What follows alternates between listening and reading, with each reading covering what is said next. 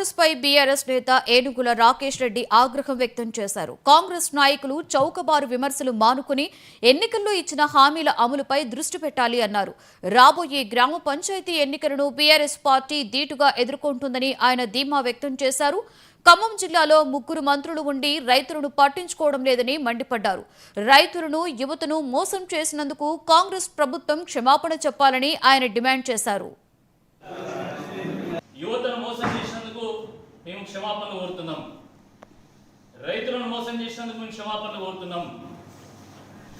చెప్పండి, కనీసం అట్లానే క్షమిస్తారు. 3 మంత్రులు మీరు ఉండి ఈ ఖమ్మం జిల్లా రైతులకు మీరు పొడిచింది ఏంది?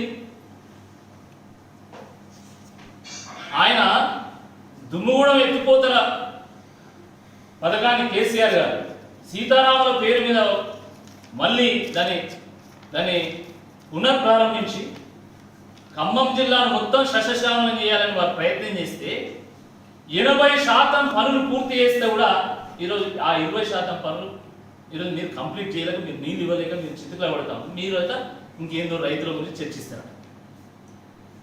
నవ్వుకుంటున్నారు ప్రజలు. కాబట్టి దయచేసి ఇప్పటికైనా మీ 3 మంత్రులు సరే, అక్కడ రేవంత్ రెడ్డి గారు, కేటీఆర్ గారితో చర్చిస్తారు. మీ 3 మంత్రులు చర్చకు రావాలి. మా వాళ్ళతో, మా నాయకులతో, మా ఖమ్మం నాయకులతో చర్చకు రావాలి. మీరు చేసింది ఏంది, మేము చేసింది ఏందో తేలా. ఇకనైనా దయచేసి చౌకబారు వ్యాఖ్యలు మానుకొని మీరు ఇచ్చిన హామీ